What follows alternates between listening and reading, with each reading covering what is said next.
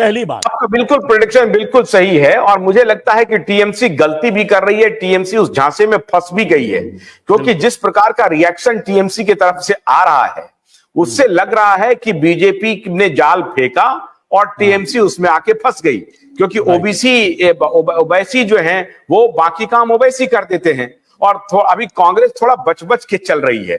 लेकिन ममता लगता है कि उनकी टीएमसी जो है वो बीजेपी के एकदम परफेक्ट जाल में फंस गई है, और जिस तरह का सीए के ऊपर उनका रिएक्शन है वो साबित कर रहा है कि ममता घबरा गई है। मैं बिल्कुल मानता हूं ये टारगेट, ये देखिए ओवरऑल तो ये हर जगह कुछ हद तक अच्छा, फर्स्ट ऑफ ऑल मैंने कहा इलेक्शन प्रॉमिस था। दूसरा, ये एक तरह से एक ह्यूमन राइट्स इश्यू भी है कि ये जितने सराउंडिंग नेबरिंग कंट्रीज हैं इंडिया के, ज्यादातर बांग्लादेश, पाकिस्तान, ऑफ कोर्स इसमें इंक्लूडेड है श्रीलंका और बाकी देश भी, बट कि उन वहां जो है वहां हिंदूज, क्रिश्चियंस, बुद्धिस्ट्स, उसके बाद जैन्स, पारसीज, ये सारे को ये सीएए अमेंडमेंट एक्ट इंक्लूड करता है।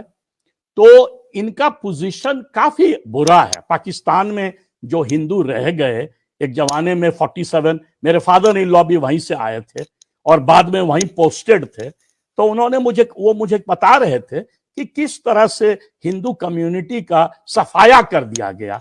वही हाल हुआ टू अ ग्रेट एक्सटेंट इन बांग्लादेश 71 के बाद। जो बिहारी कम्युनिटी जो वहां रहती थी बांग्लादेश में, उसका सफाया कर दिया गया। तो एक तरह से ये ह्यूमन राइट्स इश्यू भी है, या अपील करता है सबको, आपको भी, मुझको भी, पूरे दुनिया को, कि भाई उसके लिए कौन, उसका देखभाल कौन करेगा इस तरह से, जिस तरह से उसके ऊपर ये कानून है सिटीजनशिप देने की, लेकिन अपोजिशन कह रहा है कि ये कानून है सिटीजनशिप छीनने की। अब ये समझ में नहीं आ रहा है कि इस जाल में अपोजिशन पूरी तरह से फंस गया है। मतलब अपोजिशन का ये कहना है कि why isolate the Muslim community. अब दिक्कत ये है कि ये दो जो कंट्री है, पाकिस्तान और बांग्लादेश, ये तो basically Islamic Muslim majority country है। तो वहां पर आप कहिएगा मुसलमान भी आ जाए तो सारा बांग्लादेश और पाकिस्तान उठ के इंडिया में आ जाएगा, तो भाई रिडिकुलस प्रपोजल होगा। तो एक तो दूसरा तो ये भी है। बट मुझे एक चीज डाउट है, एक जगह ये बैकफायर करेगा मेरे अनुसार, और वो है असम में। असम और नॉर्थ ईस्ट, देखिए क्या है, बीजेपी का ये कैलकुलेशन है कि यहां 42 सीट है बंगाल में, और इनका टॉप प्रायोरिटी है।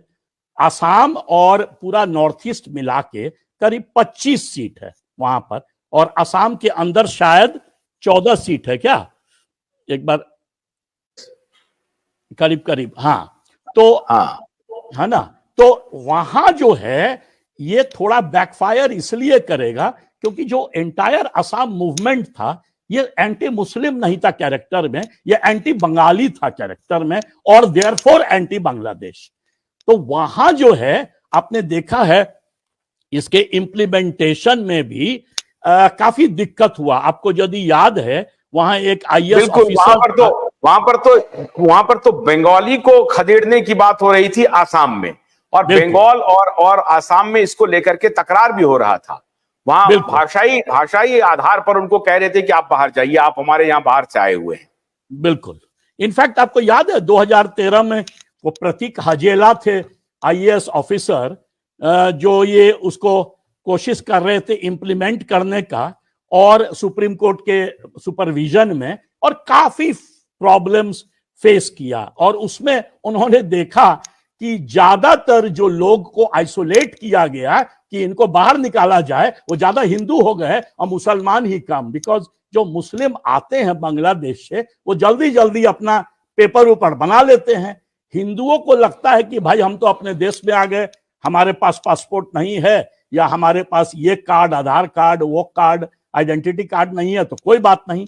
तो असम में आपने देखा होगा जैसे ही इन्होंने अनाउंस किया है प्रोटेस्ट स्टार्ट हो गया है। बट बीजेपी का कैलकुलेशन है कि बंगाल में जो उसको गेन मिलेगा इससे, ममता को लोकसभा में लुढ़काने का, और हो सकता है आगे जाके असेंबली चुनाव में, वो ज्यादा बड़ा गेन है बनस्पत की असम में जो थोड़ा इससे लॉस हो सकता है। गन्ने की कड़ी बुनियाद, जिसे मराठी में खुडक्या और कुछ उत्तर भारत के क्षेत्रों में खुटकी भी कहा जाता है, उसे केवल भोलानाथ का 2-in-1 बैटरी ऑपरेटेड हार्वेस्टर कम ब्रश कटर आसानी से और बिना रुकावट के काट सकता है।